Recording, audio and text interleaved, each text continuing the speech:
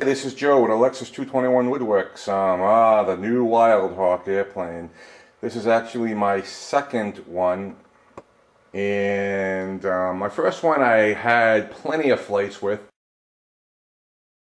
Did plenty of modifications to it, but after a while, you know, it needs to be put to bed. So I bought a new one, and actually it worked out well because, you know, I kept the old wings and I had the old tail section, and I got like 2 or 3 batteries for it now. My modifications, I'm not going to the extreme with putting a brushless motor on it or anything, just because I just like to try to keep it stock. But there's a few modifications that I made for it. Starting with the nose, which seems to be the hot topic of conversation on all the videos about, you know, dipping it into hot water and you know, whatnot, and doing things like that. But what I did on this one, I drilled a 1/4-inch hole right down the center of the nose. I don't know if you can see it, and I inserted a 7-inch 1/4-inch carbon fiber rod right down the center of the nose. Goes to about over here. And that should give it plenty of stability and withstand a lot of nose crashes. Because as you know, this plane kind of floats, and if you don't have ailerons on it, it's kind of tough to land without it dipping to one side.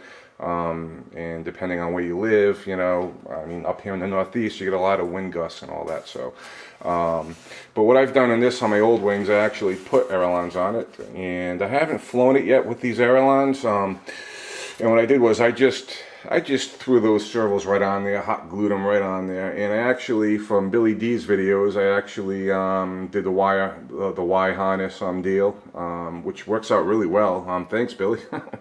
And so yeah, so this is a great plane to fly, and I love it. It's a lot of fun, and you're not afraid to crash it, and if you do crash it, you can most likely fix it. You know, and actually this little rear wheel actually works fairly well in cement. The landing gear, actually, you know, you tend to take off a lot because you're flying in fields, and it just lands better without landing gear. But I've landed it plenty of times on cement, and it lands very well when you have no wind, and it takes off very well also.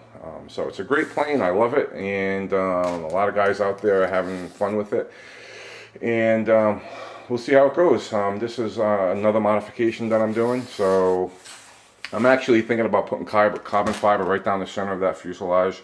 Over time it does weaken because it is foam. So you know, I'll probably do that. I don't know.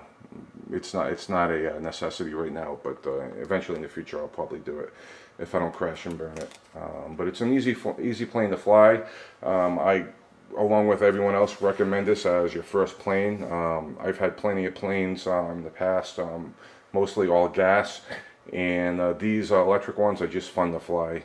You know, they're easy to assemble, they're easy to build, they're easy to modify, and you know, the all foam planes are just great because you can just fix them with some hot glue and epoxy. So